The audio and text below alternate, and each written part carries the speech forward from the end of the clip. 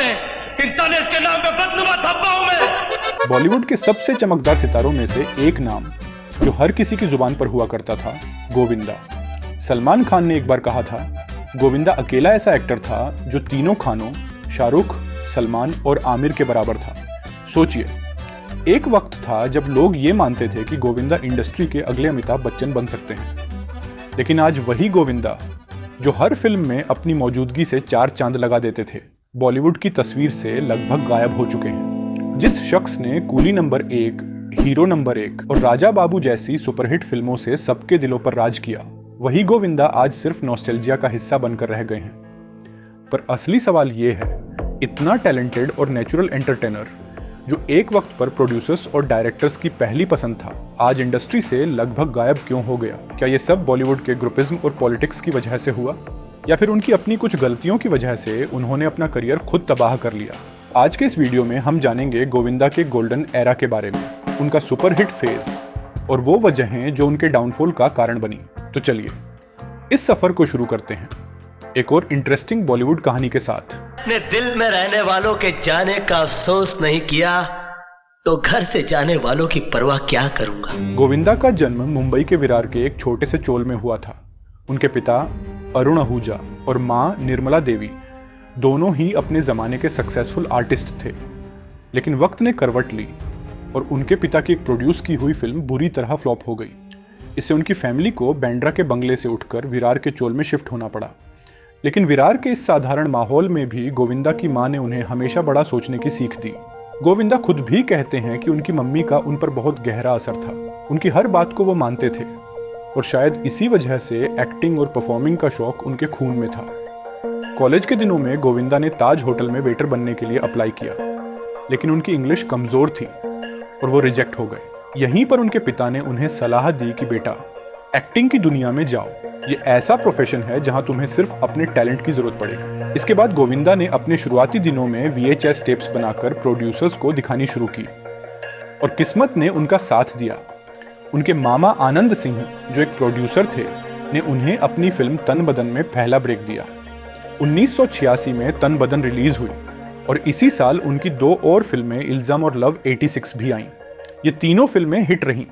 खासकर इल्जाम ने गोविंदा को बॉलीवुड का नया चॉकलेट बॉय बना दिया और फिर गोविंदा का करियर ऐसा उड़ान भरने लगा जैसे वो रुकने का नाम ही नहीं ले रहा था।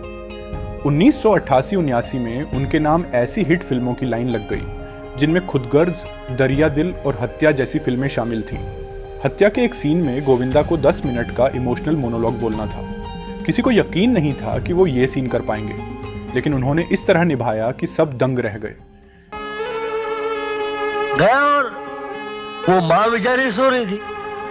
उसने जाकर उसकी छाती में खंजर से वार किया और माँ का कलेजा निकाल लिया। यहीं पर लोगों को समझ में आ गया कि गोविंदा सिर्फ डांस और कॉमेडी ही नहीं, बल्कि इमोशनल सीन में भी महारत रखते हैं। 1989 में उनकी मुलाकात डेविड धवन से हुई और यहीं से बॉलीवुड को एक ऐसी जोड़ी मिली जिसने इंडस्ट्री में कॉमेडी का एक नया ट्रेंड सेट कर दिया। 1990 का दशक गोविंदा के करियर का गोल्डन पीरियड था। उस दौर में गोविंदा अकेले ऐसे एक्टर थे जिन्होंने अपनी एक अलग पहचान बनाई। जहां शाहरुख, सलमान, आमिर जैसे खान एक्टर्स रोमांटिक और एक्शन फिल्मों से अपनी जगह बना रहे थे, वहीं गोविंदा ने अकेले कॉमेडी की एक पूरी इंडस्ट्री खड़ी कर दी। राजा बाबू, कूली नंबर 1, साजन चले ससुराल, हीरो नंबर 1 और दीवाना मस्ताना जैसी फिल्मों ने गोविंदा को एक ऐसे सुपरस्टार के तौर पर पेश किया जो सिर्फ एक्टिंग ही नहीं बल्कि डांस और कॉमिक टाइमिंग में भी माहिर था। डेविड धवन और गोविंदा की जोड़ी ने ऐसा जादू किया कि हर फिल्म बॉक्स ऑफिस पर धमाल मचा रही थी। इन दोनों ने साथ में 17 हिट फिल्में दी। लोग कहते हैं कि डेविड धवन ने गोविंदा के लिए ऐसे किरदार लिखे जो किसी और एक्टर के बस की बात नहीं थी। साजन चले ससुराल में एक पति जिसकी 2 बीवियां होती हैं, या हसीना मान जाएगी में एक लड़का जो बहनों को इम्प्रेस करने की कोशिश करता है। गोविंदा ने हर सीन को इस अंदाज में निभाया कि दर्शक हंस हंस कर लोटपोट हो गए। उनकी फिल्मों का डांसिंग भी एक हाईलाइट था। कूली नंबर 1 के हुस्न है सुहाना या राजा बाबू के सरकाए लो खटिया जैसे गानों में उनकी एनर्जी और रिदम ने उन्हें डांसिंग सुपरस्टार बना दिया।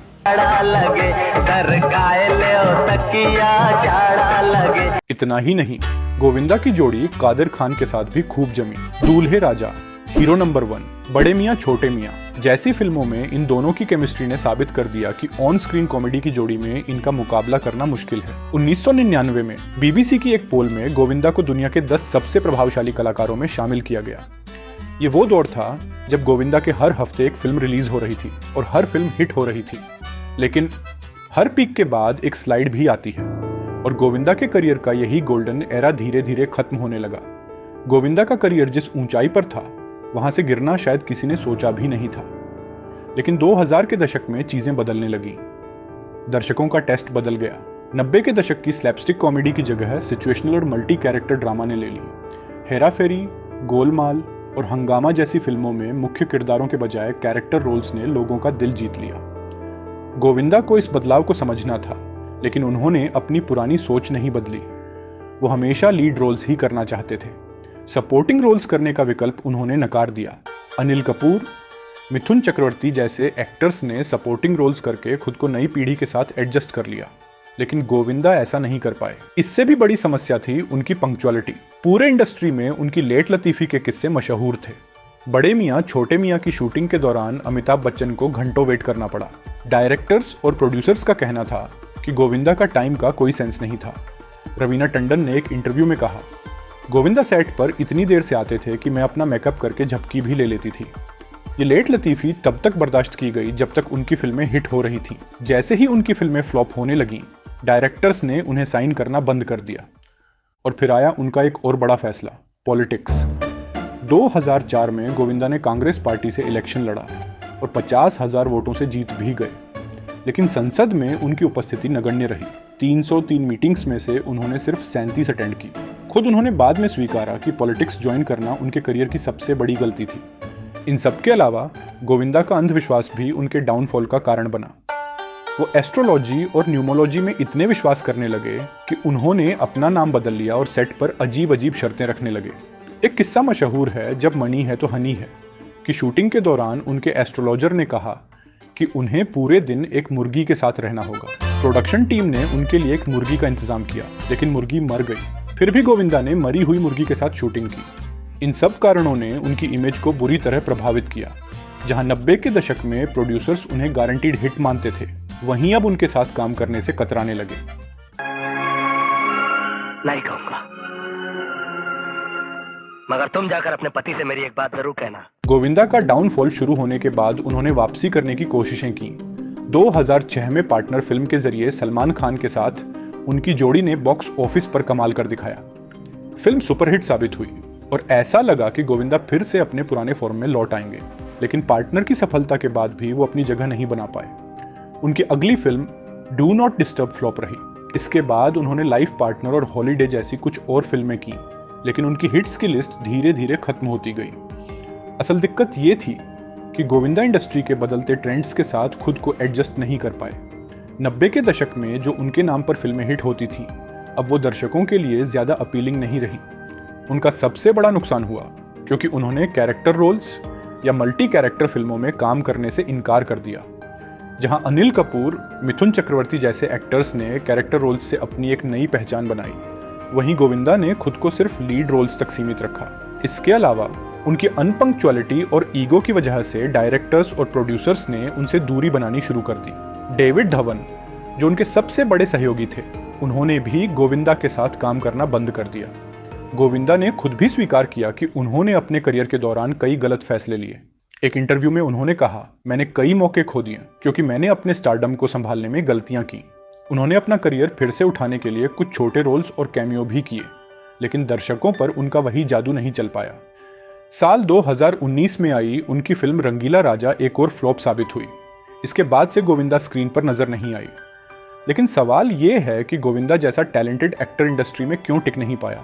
क्या सिर्फ ईगो और लेट लतीफ़ी उनकी नाकामी की वजह थी, या फिर इंडस्ट्री में उनके खिलाफ वाकई साजिश हुई थी? गोविंदा की कहानी सिर्फ उनके टैलेंट की नहीं है, बल्कि यह उस इंडस्ट्री की भी है जहां स्टारडम का मतलब समय के साथ बदलता है।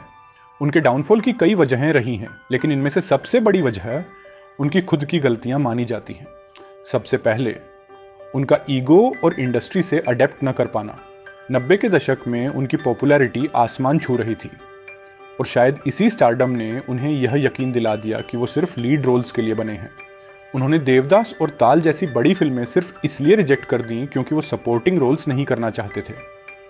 लेकिन उन्हें ये समझ नहीं आया कि इंडस्ट्री बदल रही है और अनिल कपूर, मिथुन चक्रवर्ती जैसे एक्टर्स ने सपोर्टिंग रोल्स में भी अपनी पहचान बनाई। दूसरी बड़ी वजह थी उनकी अनपंक्चुअलिटी। गोविंदा के लेट आने की कहानियां इंडस्ट्री में मशहूर थीं। डायरेक्टर्स और को स्टार्स को घंटों इंतजार करना पड़ता था। अमिताभ बच्चन जैसे पंक्चुअल सुपरस्टार भी बड़े मियाँ छोटे मियाँ के सेट पर उनका इंतजार करते थे। प्रोड्यूसर्स और डायरेक्टर्स ने शुरुआत में इसे बर्दाश्त किया क्योंकि उनकी फिल्में हिट हो रही थीं। लेकिन जैसे ही उनकी फिल्में फ्लॉप होने लगीं, यही आदत उनकी सबसे बड़ी कमजोरी बन गई। तीसरी वजह थी उनकी ओवर कमिटमेंट। 21 साल की उम्र में उन्होंने 75 फिल्में साइन की। इस वजह से वो एक प्रोजेक्ट पर फोकस नहीं कर पाते थे और जब उनका स्टारडम गिरा तो इन ओवर कमिटमेंट्स ने उनकी प्रोफेशनल छवि पर बुरा असर डाला। अब बात आती है साजिश की। गोविंदा ने कई बार कहा कि इंडस्ट्री में उनके खिलाफ ग्रुपिज्म हुआ। उनकी फिल्मों को रिलीज के लिए थिएटर नहीं मिले। ये मंच ही नहीं दिया जा रहा है। मेरी फिल्में जो है वो थिएटर तक पहुंच ही नहीं पा रही हैं। ये ऐसा मेरे साथ वर्षानुवर्ष से क्यों हो रहा है? उन्हें अच्छे रोल्स ऑफर नहीं किए गए। यहाँ तक कि उन्होंने दावा किया कि कुछ लोग उनके स्टारडम को खत्म करने में जुटे हुए थे। लेकिन सवाल ये उठता है कि क्या ये साजिश थी या फिर ये उनकी खुद की गलतियों का नतीजा। उनकी पॉलिटिकल एंट्री भी उनके करियर के लिए सही फैसला नहीं थी। 2004 में उन्होंने चुनाव जीता, लेकिन राजनीति में उनकी परफॉर्मेंस बेहद खराब रही। उन्होंने संसद में मुश्किल से हिस्सा लिया और 2008 में उन्होंने राजनीति छोड़ दी। इस दौरान उनका फिल्मी करियर और ज्यादा गिरावट में चला गया। लेकिन ये सब कहानियों के बावजूद गोविंदा जैसे एक्टर का टैलेंट और चार्म आज भी बेमिसाल है। उनकी कॉमिक टाइमिंग, डांसिंग स्किल्स और स्क्रीन प्रेजेंस को भुलाया नहीं जा सकता। इंडस्ट्री के कई लोग और दर्शक मानते हैं कि गोविंदा का स्टारडम एक लेजेंड की तरह था, लेकिन उनकी खुद की गलतियों और इंडस्ट्री की राजनीति ने इसे खत्म कर दिया। तो दोस्तों, गोविंदा की ये कहानी हमें ये सिखाती है कि सिर्फ टैलेंट से कुछ नहीं होता। वक्त के साथ खुद को बदलना, प्रोफेशनलिज्म बनाए रखना और ईगो से ऊपर उठकर सही फैसले लेना, ये सब जरूरी है। आपकी क्या राय है गोविंदा के डाउनफॉल पर? क्या ये उनकी खुद की गलती थी या इंडस्ट्री ने उनके साथ अन्याय किया?